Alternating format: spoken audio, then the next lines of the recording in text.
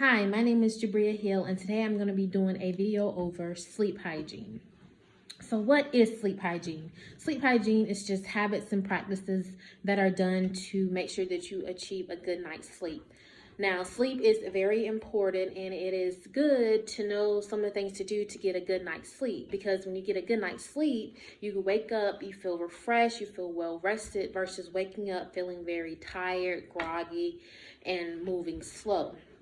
Now, there is a such thing as short sleepers and long sleepers. And long sleepers are those who get 8+ hours of sleep and they can function very well. And then there's a such thing as short sleepers, and short sleepers are those who sleep 6 hours or less. And you would think that somebody that gets 6 hours or less sleep will not be able to function the next day very well, but there is a such thing as short sleepers, and those are the people that sleep 6 hours or less and they function just like they have slept 8 hours or more. Now, some of the things you can do to get a good night's sleep is to set a regular sleep schedule so you can go to sleep the same time every night. Go to sleep when you're tired instead of fighting your sleep. I am very guilty of that. Sometimes I get very, very sleepy, but I have things to do, and I'd rather do the things instead of going to sleep. I'd rather just go ahead and get out of the way and then sleep, versus just going to sleep when I'm sleeping and just doing the things later. So try to avoid fighting your sleep.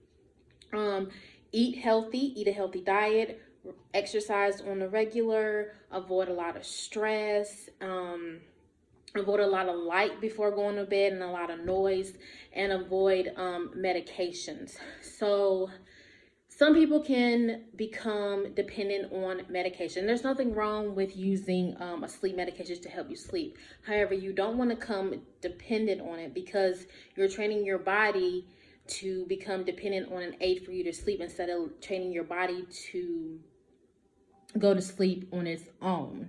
So if you take medication constantly every night, your body is going to want that in order for you to fall asleep. So there's nothing wrong with having sleep medication help you go to sleep. Just don't do it every night.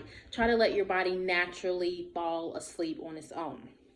And some of the things you want to avoid doing that can keep you up at night or that can cause you to not get a good night's sleep is to avoid hard exercise before bed, avoid eating large meals, which I'm also guilty of. I have done that, and I have waken up the next day or have not been able to sleep at all and have felt very, very full. So please try to avoid eating large meals before going to bed. Avoid caffeine 6 hours or more before you go to sleep. Make sure to use your bed for only sex and sleep as well.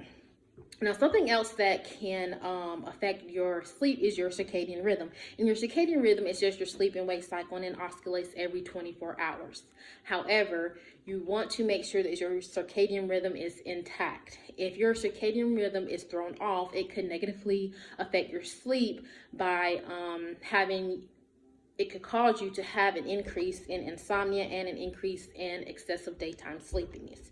Now, some of the things that you can do to maintain your circadian rhythm is basically some of the things you can do to get a good night's sleep, such as set a steady sleep schedule, exercise regularly, avoid caffeine, get some sun exposure. All of these things you can do to help you maintain your circadian rhythm, as well as continuing on to get a good night's sleep. Now, other things that can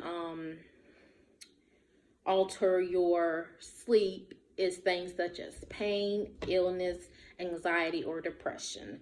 I have experienced one or more of these, and they have affected my sleep in one way or another. So if you are experiencing any of those things that I just listed, it is probably a good idea to seek a doctor so that they can help you maintain these things or help you to get better at these things, so that you can fall asleep more properly.